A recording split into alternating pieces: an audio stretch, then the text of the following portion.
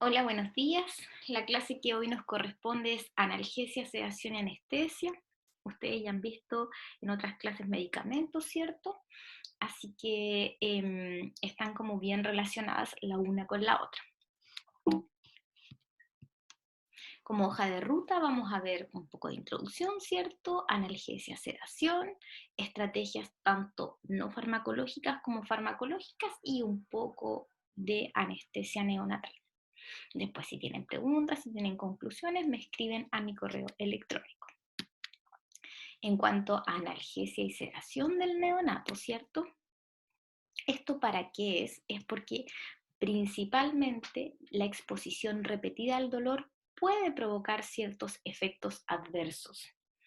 Así que es por eso mantener una buena estabilidad hemodinámica con la sedación, ¿cierto? Porque el dolor puede provocar inestabilidad hemodinámica.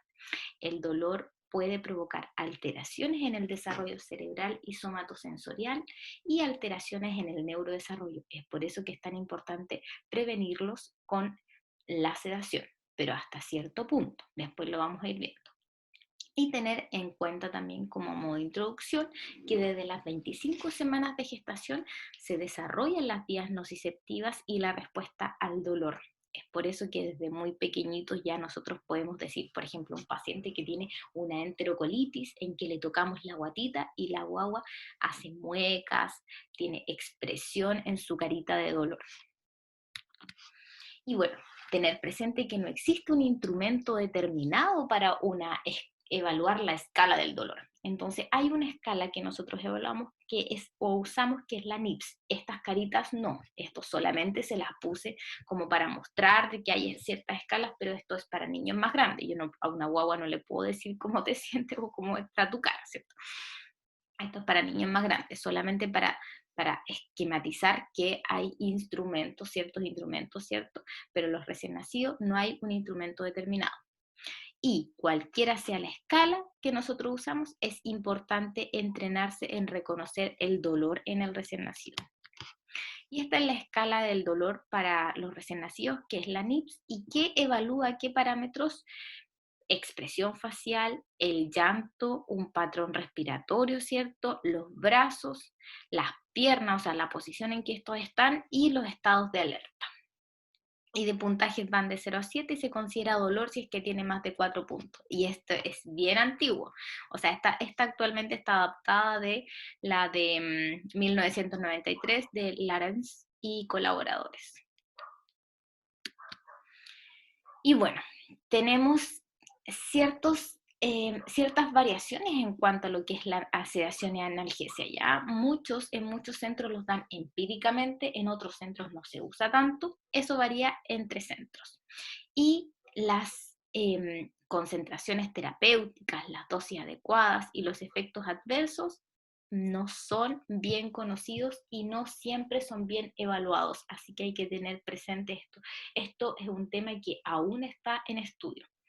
Por lo general, ¿para qué se usa la sedación? Principalmente para pacientes que están en ventilación mecánica, ¿cierto? Para poder acoplarlos bien al ventilador. Y lo otro que tenemos que tener presente es que la mayoría de las escalas de evaluación no usa o no son para pacientes que estén ventilados, ¿ya? Y la otra que lo podemos usar es para analgesia, pero como les digo, por lo general no hay pautas bien o protocolos bien establecidos acerca de sedación y analgesia.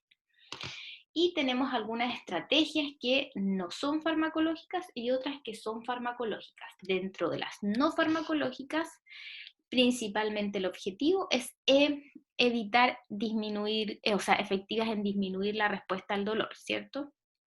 Y entre estas tenemos el posicionamiento, hay algunos que lo envuelven, lo contienen en las sábanas.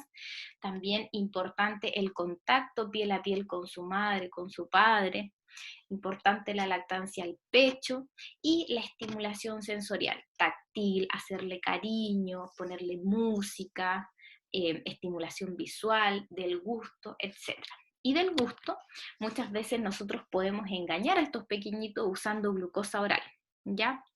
Estas son efectivas en disminuir el dolor frente a estímulos únicos, pero de baja intensidad. Por ejemplo, cuando uno quiere puncionarlo o cuando le está haciendo algún examen, no sé, un ecocardiograma, el ecocardiograma no duele, pero por lo general se inquietan, ¿cierto? Porque sienten el frío en el pecho, del gel, etc. Y el máximo efecto se alcanza entre los 2 y los 4 minutos del estímulo. Y el mecanismo de acción de esta, de la glucosa, no es bien conocido. Y lo que sí tenemos que tener presente es que no se recomienda para procedimientos mayores, o sea, cirugías mayores no lo podemos tener entretenido con una glucosa porque esto, las cirugías le va a doler mucho y ahí necesitamos otro tipo de fármacos. Y lo otro que tenemos que tener presente es que no se pueden usar dosis muy repetidas. ¿Por qué? Porque tienen riesgo de generar hiperglicemia. Y en cuanto a estrategias farmacológicas, principalmente, y es lo que más usamos, son los opioides, ¿ya? Los opioides y el paracetamol, perdón, es el más usado, pero en pacientes que requieren como cirugías mayores o que necesitamos que estén sedados, los opioides, ¿ya? Estos son derivados de las semillas de la amapola, es un analgésico y un sedante y genera cierto grado de depresión respiratoria. Es por esto que los pacientes deberían estar en ventilación mecánica, a menos de que le demos dosis muy bajitas en bolo, pero bajitas, que no nos vaya a generar una depresión respiratoria.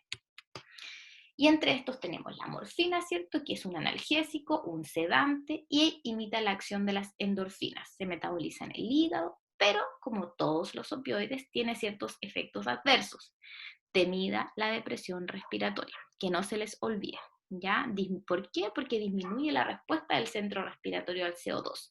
También puede generar hipotensión, puede generar hilio intestinal, ¿cierto? Que son por lo general hilios por la mecánica, o sea, hilios mecánicos por la morfina. Retrasa el vaciamiento gástrico, puede generar retención urinaria, así que todos los pacientes que estén con opioides deberían estar con una sonda urinaria para poder medir el débito urinario. También genera mala tolerancia, etc. ¿Y cuál es el antídoto en caso que nosotros nos pasemos de la dosis, por ejemplo, o que queremos despertar al niño? La naloxona. Después el otro opioide que principalmente usamos es el fentanil y por lo general lo que más usamos es el fentanil, aunque sea más caro, la morfina es 1000 veces más barata, pero el fentanil es 50 a 100 veces más potente que la morfina. Ya es un opioide sintético y la vida media es variable de 1 a 15 horas, pero es más rápido en el comienzo de acción y tiene mayor estabilidad hemodinámica. Es por eso que el fenta es lo que más se usa. Después tenemos la metadona, ¿cierto? Que es otro opioide analgésico que es de acción prolongada, pero ¿para qué lo usamos principalmente? Para tratar el síndrome de deprivación que generaron otros opioides como la morfina o como el fentanil. Entonces usamos la metadona para hacer el traslape y porque si nosotros no suspendemos en pacientes que tuvieron muchos días con fentanil, por ejemplo, una semana, qué sé yo, por lo general van a tener deprivación. Entonces, para evitar esto, hacemos el traslape a la metadona y la metadona la podemos ir bajando lentamente. ¿Ya? ¿Y cuáles son los efectos adversos? Como todos los opioides, depresión respiratoria, pero en altas dosis. En bajas dosis no pasa nada. Hilio también y retardo del vaciamiento gástrico. Después, hablando como el paracetamol, que es otro potente analgésico que nosotros usamos, pacientes operados los dejamos con paracetamol posoperatorio. Es eficaz, es seguro para el manejo del dolor en recién nacidos, así que el paracetamol es lo que más usamos. Y los otros son las benzodiazepinas. ¿Para qué usamos las benzodiazepinas? Como ansiolíticos, el neo principalmente como anticonvulsivantes y también se pueden usar como hipnóticos. Pueden producir sedación exagerada, cambios hemodinámicos y tolerancia, así que ojo con las benzodiazepinas. Y también síndrome de deprivación, así que también hay que retirarlos gradualmente.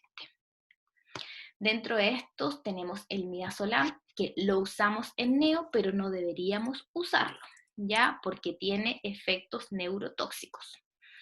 Y el midazolam es una benzodiazepina hidrosoluble de acción corta, se produce rápida sedación, ¿cierto? 5 a 15 minutos, y los efectos adversos son depresión respiratoria, hipotensión, mioclonías, y nosotros podemos usar el midazolam como anticonvulsivante, pero este también puede producir convulsiones por sí solo.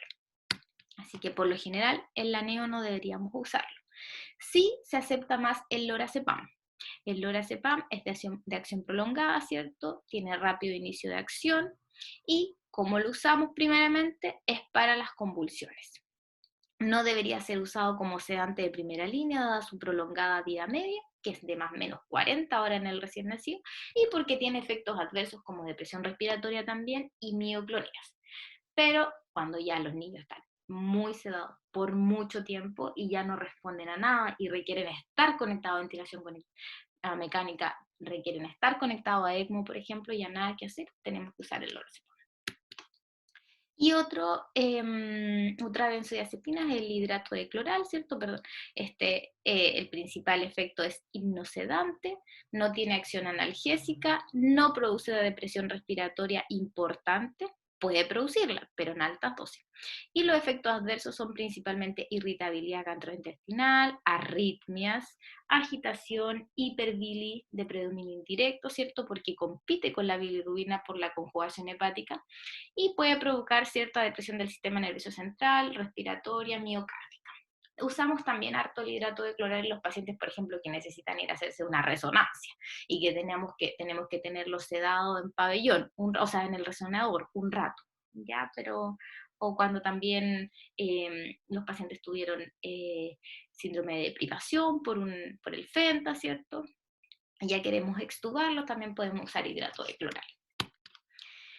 Y dentro de los efectos adversos, ¿cierto? La deprivación de los sedantes y los analgésicos tenemos principalmente la tolerancia. ¿Por qué se produce la tolerancia? Es una disminución del efecto de una droga después de una administración repetida. Mientras más lo usamos, más tolerante nos hacemos, ¿cierto? Es porque es una droga. Es como los pacientes drogadictos que después generan tolerancia y que ya el efecto no les va a hacer con cierta dosis, etc. Y lo otro es la dependencia, que es la necesidad de continuar la terapia para evitar el desarrollo del síndrome de deprivación. Entonces, al final ya estos pacientes dependen de ellos, los mismos que los drogadictos, dependen del medicamento. ¿Y qué signos vamos a tener para decir que tienen un síndrome de deprivación, por ejemplo? Los niños están taquicárdicos, están agitados, irritables, pueden tener dificultad para alimentarse. Hay algunos niños que solamente tienen fiebre por el síndrome de deprivación. ¿Ya? Así que hay veces en que la fiebre puede ser por deprivación, o también pueden tener sudoración o salivación excesiva, etc. Y en cuanto a la anestesia en el recién nacido, leves o pocas palabras, esta debe producir inconsciencia, relajación muscular, analgesia y un bloqueo o disminución de la respuesta neurovegetativa frente al estímulo doloroso. Si no produce esto, no hay anestesia, ¿ya?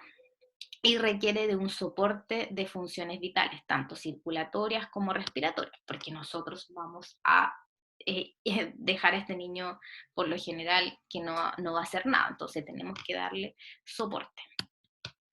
¿Y con qué comienza la anestesia? Primeramente, con la evaluación preoperatoria. Tienen que ver el tipo de vía aérea que tengan, si es difícil, si no hay inconvenientes, etcétera, si es que tienen patologías agregadas, malformaciones, etcétera. Principalmente malformaciones cardíacas. Ya hay malformaciones cardíacas que son incompatibles con la vida, o que primero tengamos que